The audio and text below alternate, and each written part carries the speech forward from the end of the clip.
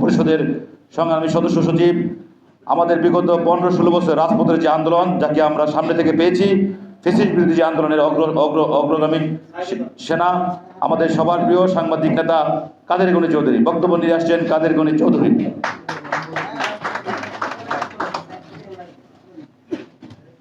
বিসমিল্লাহির রহমানির রহিম। আজকের আলোচনা সভার সম্মানিত সভাপতি, দেশের বিশিষ্ট আইনবিদ অ্যাডভোকেট কে জামির, উপস্থিত আছেন একটু আগে যার অত্যন্ত আকর্ষণীয় বক্তব্য শুনলাম, ঢাকা সংবাদ ইউনিয়নের সুযোগ্য সভাপতি, ফ্যাসিবাদ বিরোধী যা আন্দোলন, সে আন্দোলনের রাজপথের অন্যতম লড়াকু সৈনিক, ঢাকা সংবাদ ইউনিয়নের সভাপতি মোহাম্মদ শহীদুল ইসলাম। উপস্থিত আছেন এনটিভির সুযোগ্য পরিচালক, ফটো জার্নালিস্টের সাবেক সভাপতি, দেশনেত্রী বেগম খালেদার সাবেক ব্যক্তিগত ফটো সাংবাদিক জনাব নুরুদ্দিন আহমেদ। আছেন বিশ্ব আইনবিদ ব্যারিস্টার ওমর ফারুক, বিশ্ব আইনবিদ শাহ আহমদ বাদল, বাংলা ফেডারেল ইউনিয়ন অফ জার্নালিস্টের সুযোগ্য সাংগঠনিক সম্পাদক, বিশ্ব সাংস্কৃতিক ব্যক্তিত্ব ইরফানুল নাহিদ, কামরুল হাসান দর্পণ। আছেন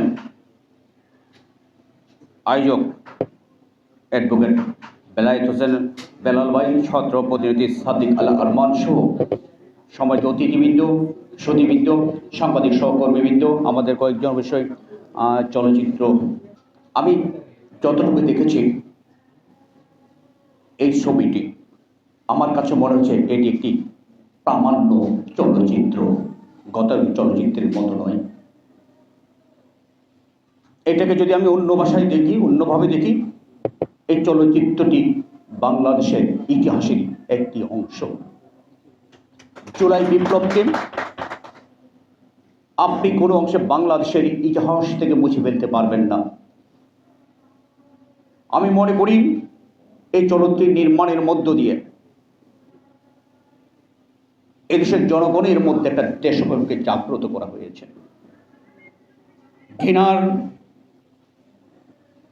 ঘৃণাটা ছড়িয়ে দেওয়া হয়েছে খুনের বিরুদ্ধে, রক্তপাতের বিরুদ্ধে।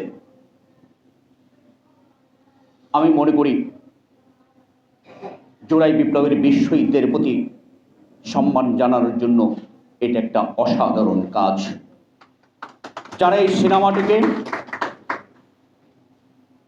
আটকিয়ে দিয়েছেন, আমি যতটুকু সিনেমা দেখেছি এর উপর যদি আলোচনা করি তাহলে বলবো তারা শহীদদের রক্তের সাথে প্রতারণা করেছে। আমি আশা করব যারা এই সিনেমাটি বন্ধ করতে চেয়েছেন তাদের কাছে জানতে চাই কি কারণে তারা বন্ধ করেছেন। আমরাও একটু তার সাথে তাদের সাথী হতে চাই, জানতে চাই ত্রুটিটা কোথায়। এই ধরনের সিনেমা বন্ধ করে দেওয়ার জন্য নয়, ফ্যাসিবাদের বিরুদ্ধে যে চলচ্চিত্র গণজাগরণ তৈরি করার জন্য, সাংস্কৃতিক জাগরণ তৈরি করার জন্য, দেশপ্রেম উদ্বুদ্ধ করার জন্য, বিজাতীয় সংস্কৃতির বিরুদ্ধে যে সিনেমা, সেটা বন্ধ করে দেওয়ার জন্য জুলাই বিপ্লব হয়নি। আমাদের শত শত সন্তানরা জীবন দেয়নি। আমি সতর্ক করে দিতে চাই তাদেরকে, বলতে চাই এই ধরনের চলচ্চিত্র বন্ধ করা শহীদের রক্তের সাথে বিশ্বাসঘাতকতা, এটা আপনারা করবে না। কোথায় ত্রুটি আছে জনসম্মুখে সেটা প্রচার করুন আপনারা। বন্ধুরা আমার, এবার আসি সাবজেক্টের উপর।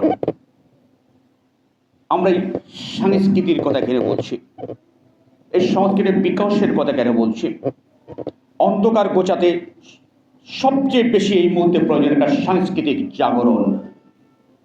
যে কাজটি এরা করেছে সাংস্কৃতিক জাগরণটা, সিনেমার মধ্য দিয়ে জনগণকে দেশপ্রেম উদ্বুদ্ধ করা, রক্তপাতের বিপক্ষে জনগণকে উদ্বুদ্ধ করা, এটি হচ্ছে সাংস্কৃতিক আপনার যে জাগরণ, তারই একটা অংশ।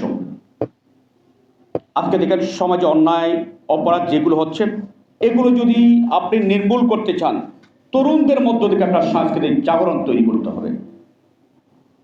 ছাত্ররা যে ফ্যাসিবাদের বিরুদ্ধে জাগরণ তৈরি হয়েছে, এটাও কিন্তু সাংস্কৃতিক জাগরণেরই অংশ। গাফিতির কথা আপনি দেখেননি?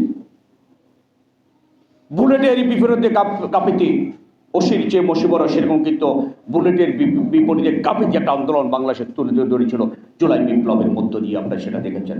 সেখানে কিন্তু সংস্কৃতির জয় হয়েছে, বারুদ, বুলেট, টিয়ার গ্যাস পরাজিত হয়েছে। এই জন্য সাংস্কৃতিক জাগরণটা খুব বেশি দরকার। কেন এসব বলছি? সাংস্কৃতিক জাগরণ, সংস্কৃতির কথা। সংস্কৃতি হচ্ছে মানব সভ্যতার একটি অন্যতম অনুষঙ্গ। জীবনের পরতে পরতে সাংস্কৃতিক এই উপাদান জড়িয়ে রয়েছে। বিশ্বায়ন, শিল্পায়ন ও এই যে আমরা ডিজিটালাইজেশনের কথা বলছি না, এই ডিজিটালাইজেশনের কারণে যে সংস্কৃতিক উপাদানগুলো বিভিন্ন দেশের মধ্যে এখন কিছু একটা বিনিময় হচ্ছে। আপনি দেখবেন আমরা কিন্তু এখন আকাশ সংস্কৃতির কারণে এক দেশের সংস্কৃতি আর দেশে ছড়িয়ে যাচ্ছে।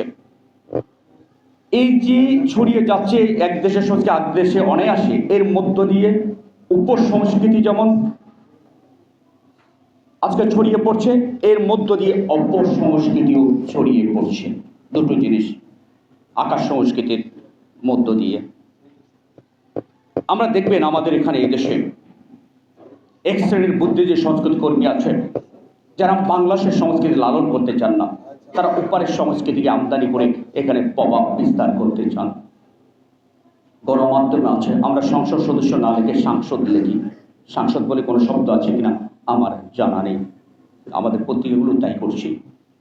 অনেক ক্ষেত্রে আমরা সেখানকার শব্দগুলোকে এখানে নিয়ে আসি, আমার শব্দগুলোকে বাদ দিয়ে, যেটা বাংলা সাহিত্য নেই, এইসব বিষয়গুলো আছে। এটি হচ্ছে অপসংস্কৃতি। এই অপসংস্কৃতি দূর করার জন্য আজকে আমাদের সংস্কৃতিকে আরো জোরদার করতে হবে, অর্থাৎ একটা সাংস্কৃতিক জাগরণ খুব জরুরি। এবং সারা দুনিয়াতে যদি দেখেন, এই সাংস্কৃতিক জাগরণের প্রতি সবাই জোর দিচ্ছে। কেন?